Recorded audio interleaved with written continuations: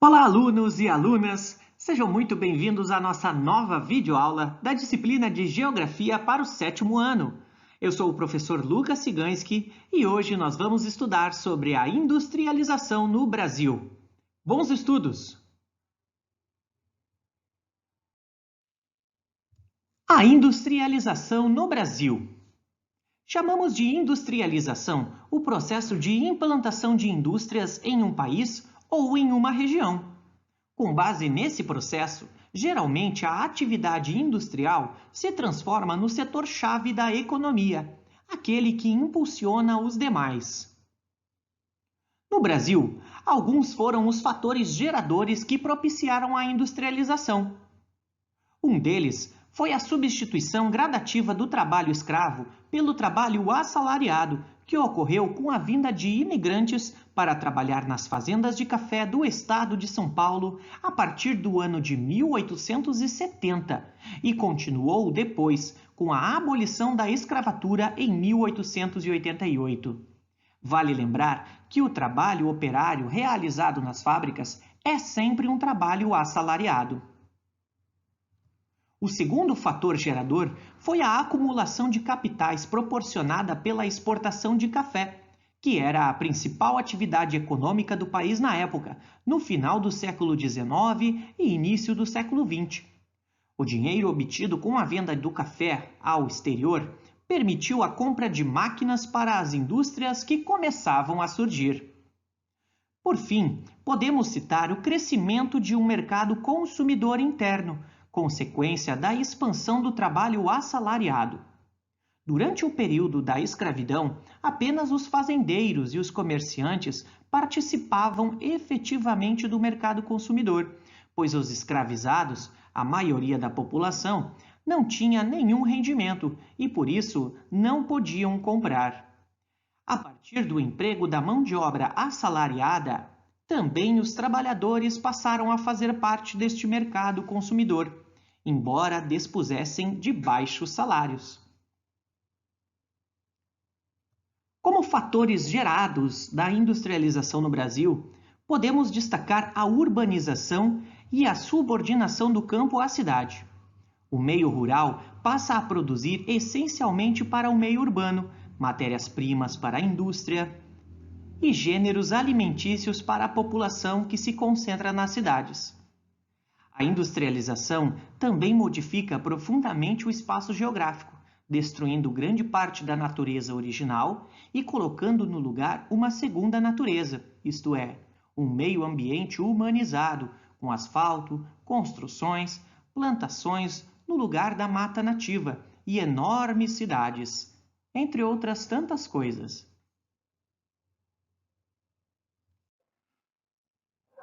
Concentração industrial. No final do século XIX, a lavoura cafeeira paulista experimentou, na época, uma extraordinária expansão e, por esse motivo, concentraram-se nessa região, em particular nos arredores da cidade de São Paulo, os benefícios trazidos pela crescente exportação de café.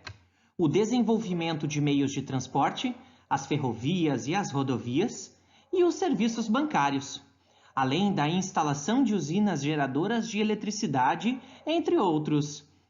Não podemos esquecer que a cidade de São Paulo, que se tornou a mais industrializada do país, foi favorecida também pela sua posição geográfica. Como se constituiu em um ponto de passagem obrigatória das mercadorias produzidas no interior do estado para o Porto de Santos, o mais importante do país desde essa época. São Paulo expandiu-se com o intenso comércio e o desenvolvimento do setor bancário, ligados principalmente ao café. Em virtude desses fatores, a cidade de São Paulo concentrou de maneira mais expressiva o volume de capital obtido pela exportação do café. Por isso, São Paulo se tornou o local preferido pelas indústrias no Brasil.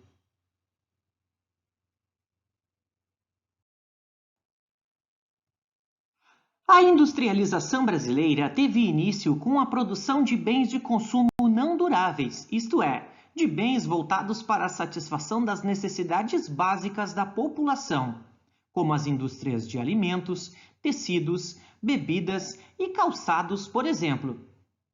Essas indústrias não exigem grandes investimentos para serem instaladas e costumam proporcionar lucros em pouco tempo.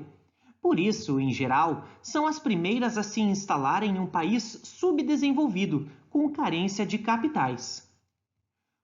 Apenas por volta dos anos de 1930 é que se implantaram no Brasil as indústrias de base, especialmente a siderúrgica.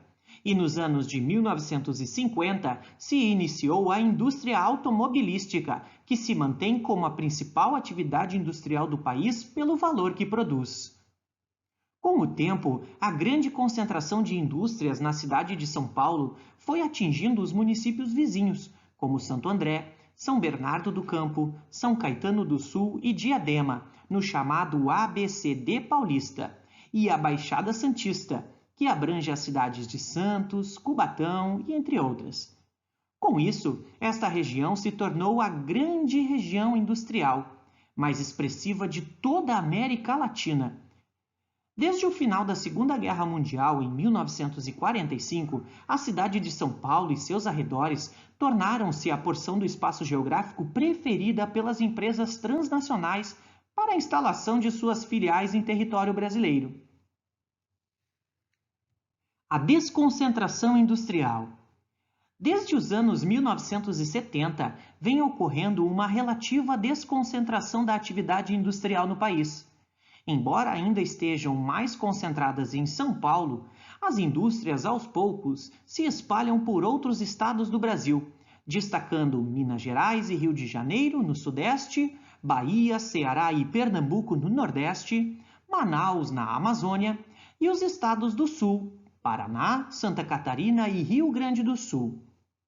A grande questão que fica é por que vem ocorrendo esta desconcentração industrial no Brasil, com um crescimento menor em São Paulo e maior em outras áreas? Esta resposta vem em seguida. Uma desconcentração industrial pode acontecer por diversos motivos.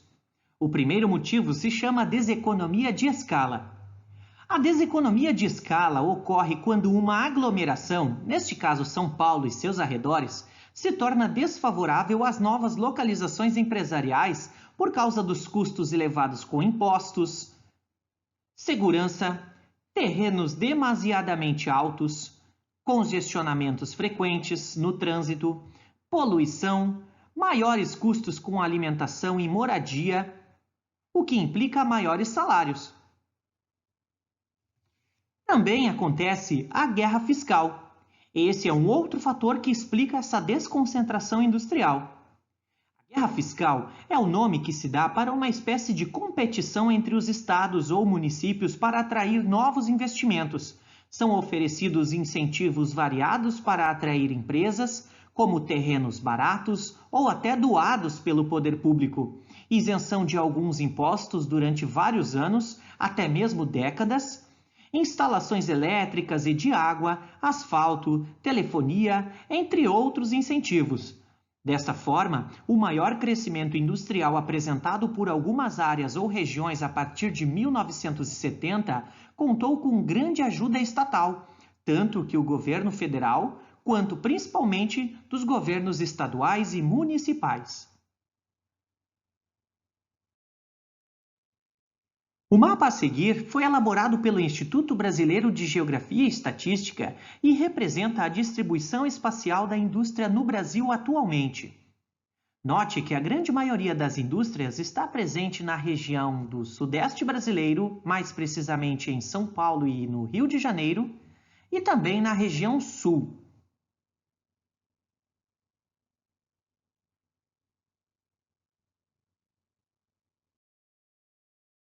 Indústria e espaço geográfico. A ação humana sobre a natureza para garantir a sobrevivência dos indivíduos é uma característica encontrada nas mais diversas sociedades humanas, nos diferentes momentos da história. A grande diferença está no quanto uma sociedade modifica e transforma a sua natureza. A Revolução Industrial representou um marco, uma virada na ação humana sobre a natureza, pois criou novas e mais potentes máquinas e multiplicou a população mundial. No Brasil, com a industrialização, as paisagens naturais também foram profundamente alteradas. Florestas foram derrubadas, cidades que cresceram em número e em tamanho, rios represados para fornecer energia elétrica, veículos que se multiplicam nas ruas e nas estradas. Com tudo isso, a natureza original quase não existe mais, com raras exceções, em especial no norte do país, na Amazônia. Como podemos ver, a industrialização e a modernização da sociedade produzem resultados positivos por um lado e negativos por outro. Entre os positivos, podemos mencionar a elevação da expectativa de vida das pessoas em geral, em virtude da higiene, de campanhas de vacinação, avanços na medicina e na alimentação, além do aumento do bem-estar das famílias, com mais escolas, eletrodomésticos, automóveis e etc. Em contrapartida, existem elementos negativos, especialmente a destruição da natureza original e a enorme poluição do ar e dos rios, o acúmulo de lixo nas cidades, os engarrafamentos no trânsito, entre outros fatores.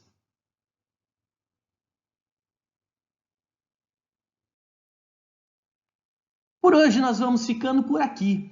Eu agradeço muito a tua companhia, muito obrigado pela atenção. Até uma próxima oportunidade. Não se esqueça de se inscrever no nosso canal, curta e compartilhe os nossos vídeos. Até a próxima. Tchau, pessoal!